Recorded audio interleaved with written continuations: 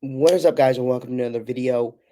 And the Knicks announced yesterday when I woke up that Julius Randle was going to be out for the rest of the season with a shoulder injury. And we knew he got dislocated his shoulder. But, they were talking on TNT about how his shoulder he tried to come back on a 5-on-5 scrimmage and then just injured his shoulder again, which thank goodness it didn't really hurt him that much, but it did send him back. And then you know you can't really suffer a lot of setbacks with that injury. With as close as the postseason is coming, and he wants to get back then, so it was just okay. Let's take the injury. I mean, let's take the surgery, and it was great. It was great to see that he tried to come back, and you knew the competitor Julius would want to come back.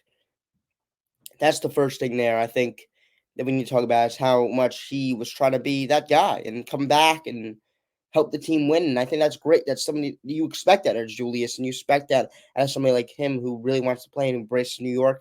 I think that's great. I think that's great of how he tried to come back. And I think that's something you could take out of it is that players like him are somebody that you cannot replace.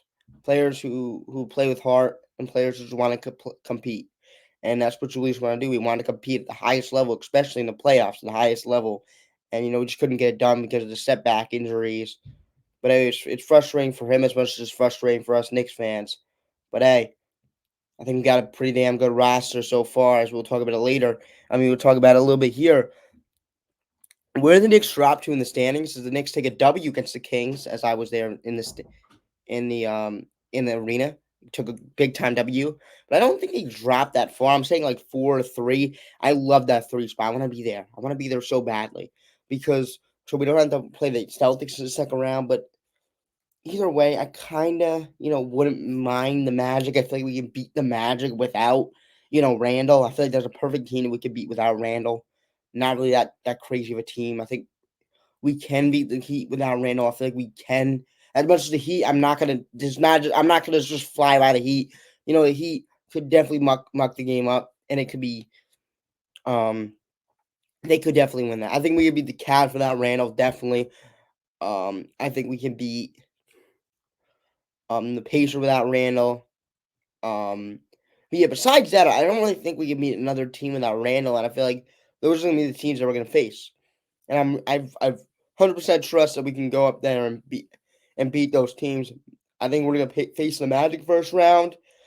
And look, there's a big time game plan you can have against the Magic that could really shut them down. And I feel like the Knicks are just gonna let them shoot the whole entire game. And hey, Paulo, want to shoot some threes? Do it. But you know that is something that the Knicks need to work out too. Is that where are we gonna stand? So you want to make the first round. What's your expectations? You got to ticker your expectations. And Knicks are going to do a great job of that. They're going to be like, okay, let's get back to this first round. Let's do the same thing we did last year. If we do the same thing we did last year without Julius Randle, that makes the team feel pretty good of what's going to happen when we have Julius Randle.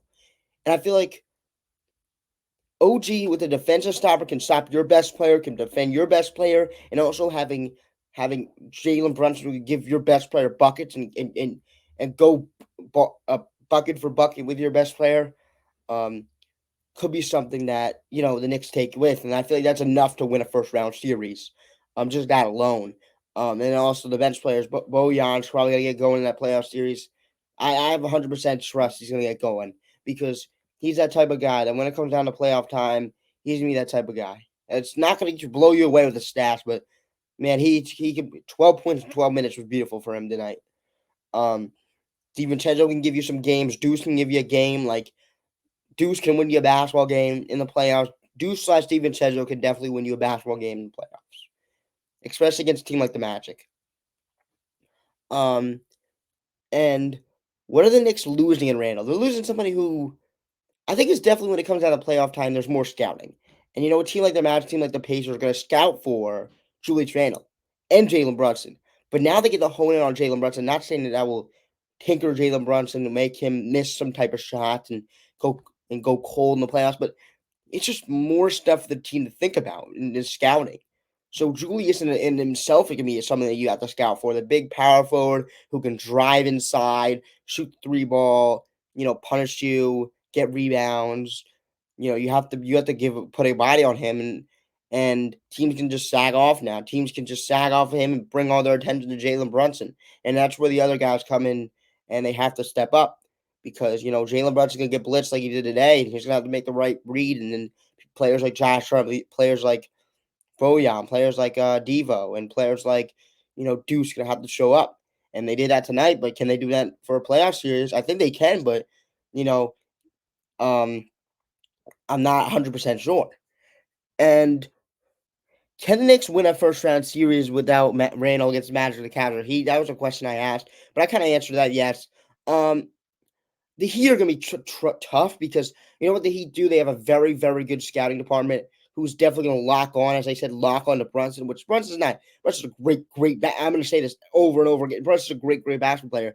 He's probably going to get his buckets, but again, it's going to be easier for him to have somebody like a Julius Randle who they still have to scout for the Heat do, and they can just focus all their attention on Jalen Brunson. They did it in the game against the Heat like a game ago where they were just focusing on Jalen Brunson. The Jalen Brunson didn't have his best basketball game there because they're just all focused on him and made other players make shots. And I feel like Heat are going to really expose those type of Deuce McBride who's going to have to take shots.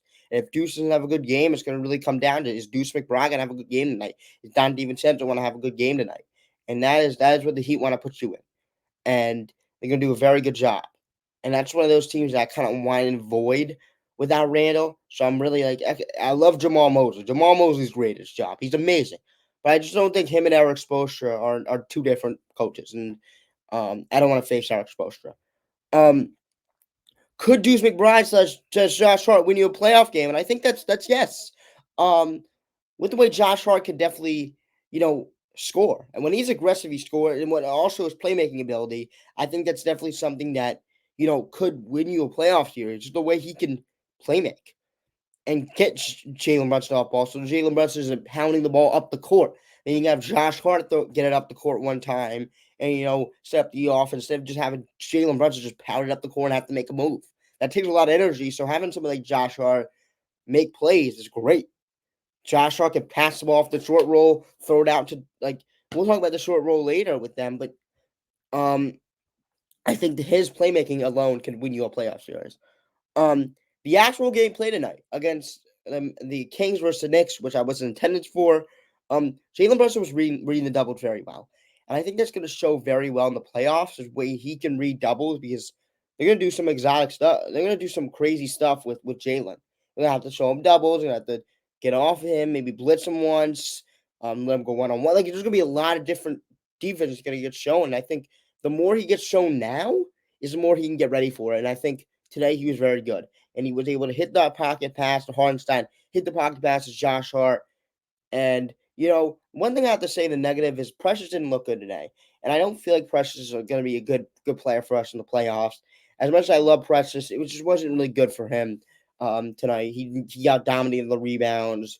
And it was great to see, Isaiah Hartenstein and Mitch back. Mitch looked great tonight, even though he limped up the court sometimes. But Mitch is just a funky guy. He's gonna live up the court sometimes. But yeah, he looks better every single game. Mitchell Robinson, just the improvement every single game is looking better and better.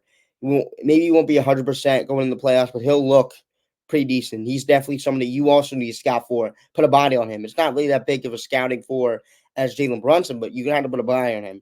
And that's something they talked about. You have to put a body on him. Putting a body on Hartenstein. Hartenstein did make some plays. And also, as I said, playmaking, that doesn't have to be Jalen Brunson. Be big. Hartenstein caught the ball. Deuce McBride make a good cut. I think that was one of those things I remember seeing is he made a dime. Hartenstein had a dime. Deuce McBride cut him down, and it was great to see. Those type of plays going to be made in the playoffs that need to be made.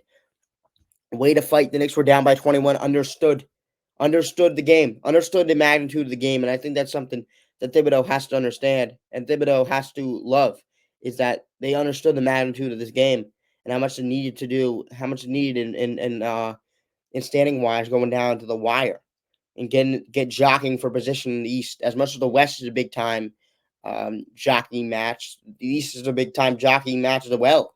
You don't have to get your position. You have to fight for your position. The Knicks did a great job taking care of business. Even though they're down 21, they're just making everything. The Kings were making everything, and they kind of cooled down, and the Knicks were able to take advantage of that. Jalen Brunson was able to see the doubles and was knowing when to shoot and when to pass, and it was great. DiVincenzo at 20-21. The Villanova boys showed out tonight. Have a nice day. Let's go Knicks. Peace out. Bad news, but good news at the same time. Have a nice day. Peace out. Stay safe. Peace. Have a nice day.